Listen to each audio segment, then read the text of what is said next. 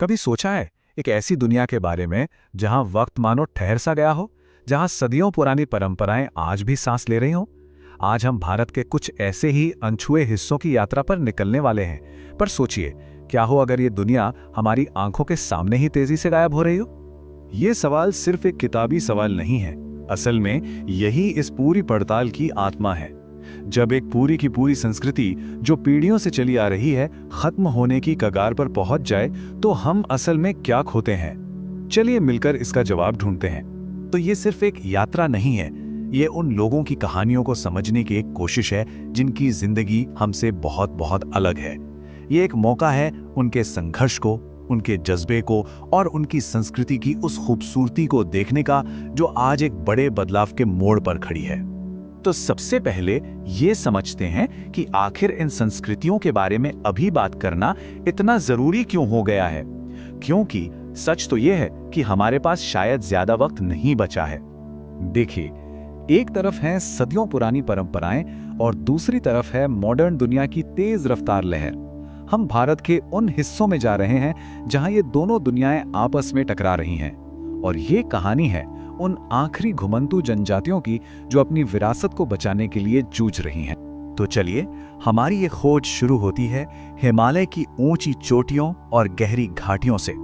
हम कुछ ऊबड़ खाबड़ रास्तों से गुजरेंगे, एक ऐसी जनजाति से मिलने के लिए जो दुनिया की नजरों से दूर प्रकृति के साथ एकदम तालमेल बिठाकर जीती है। यहाँ घने जंगलों के बीच हमारा पहला सामना होता है वन गुज्जर समुदाय से।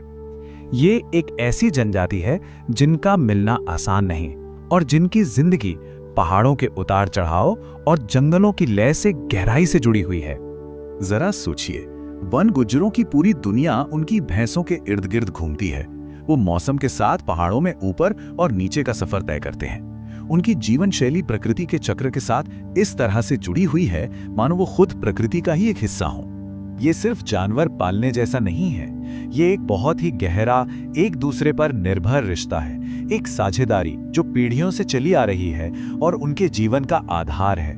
उनकी भैंसें सिर्फ जानवर नहीं बल्कि उनके परिवार का हिस्सा हैं। चलिए अब हिमालय की ठंडी हवाओं को पीछे छोड़ते हैं और गुजरात के सूखे और तपते मैदानों की ओर चलते हैं। यहाँ एक और घुमंतू समुदाय रहता है। इनकी दुनिया पहाड़ों से बिल्कुल अलग है, लेकिन इनकी चुनौतियां वो काफी कुछ वैसी ही हैं। मिलिए रवारी चरवाहों से, जहां वन गुज्जरों की जिंदगी घने जंगलों और भैंसों पर टिकी है, वहीं रबारियों की पहचान है गुजरात का विशाल सूखा लैंडस्केप और उनके भेड़ बकरियों के झुंड जो धूल भरी पगडंडियों पर मीलों चलते हैं। रबारी लोग आज भी उन प्राचीन रास्तों पर चलते हैं जो उनके पुरखों ने सदियों पहले बनाए थे। ऐसा लगता है मानो वो इतिहास के नक्शे कदमों पर चल रहे हों। उनके लिए ये सिर्फ एक जगह से दूसरी जगह जाना नहीं है, ये एक जीती जागती परंपरा को आगे बढ़ाना है, अपनी विरासत को अगली पीढ़ी को सौंपना है। रेबारी संस्कृति की पहचान है उनके रंग बिरंगे जटिल कपड़े और शरीर पर बने खास टैटू, जिनमें से हर एक की अपनी एक कहानी है।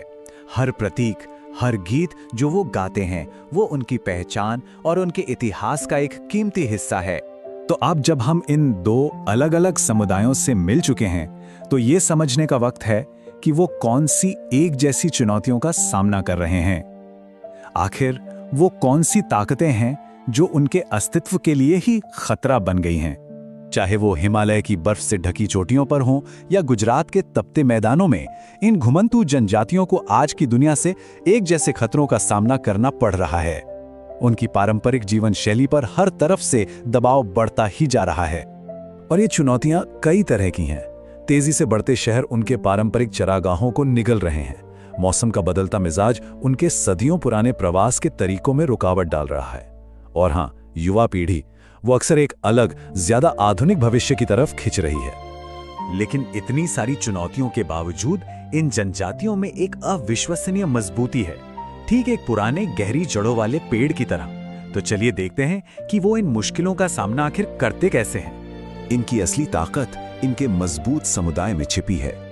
सदियों का जमा किया हुआ ज्ञान और प्रकृति के साथ उनका गहरा आध्यात्मिक रिश्ता उन्हें इन मुश्किल समय में टिके रहने की शक्ति देता है। वो धीरे धीरे बदलती दुनिया के साथ तालमेल बिठा रहे हैं, लेकिन अपनी जड़ों को छोड़ने से साफ इनकार करते हैं। तो सवाल ये उठता है कि इन अनमोल संस्कृतियों को हमेशा के लिए खो जाने से बचाने के लिए क्या किया जा सकता है? इस पड़ताल का आखिरी और सबसे जरूरी हिस्सा इसी सवाल का जवाब ढूंढता है। इन समुदायों के लिए दुनिया भर में जागरूकता और एक्शन की आज सख्त जरूरत है। ये सिर्फ दूर दराज की कहानियां नहीं हैं, ये इंसानी विरासत की वो जीती जागती मशालें हैं जो हमेशा के लिए बुझ सकती हैं। ये कुछ ऐसे कदम हैं जो सच में एक फर्क ला सकते हैं। इन जरूरी कहानियों को और लोगों तक पहुंचाकर, जमीनी स्तर पर काम करने वाले संगठनों का समर्थन करके और इन संस्कृतियों के बारे में और ज्यादा सीखकर एक असली बदलाव लाया जा सकता है। और ये बात हमें याद दिलाती है कि संघर्ष की इन कहानियों के पीछे क्या छिपा है। इन समुदायों में एक कमाल का जज्बा है। उनकी गर्मजोशी से भरी मेहमान नवाजी, उनकी छोटी छोटी खुशियां और सादगी में छिपा उनका गहरा ज्ञान, ये हम सभी को बहुत कुछ सिखा सकता है। मैं आपको इसी सोच के साथ छोड़े जा रहा हूं।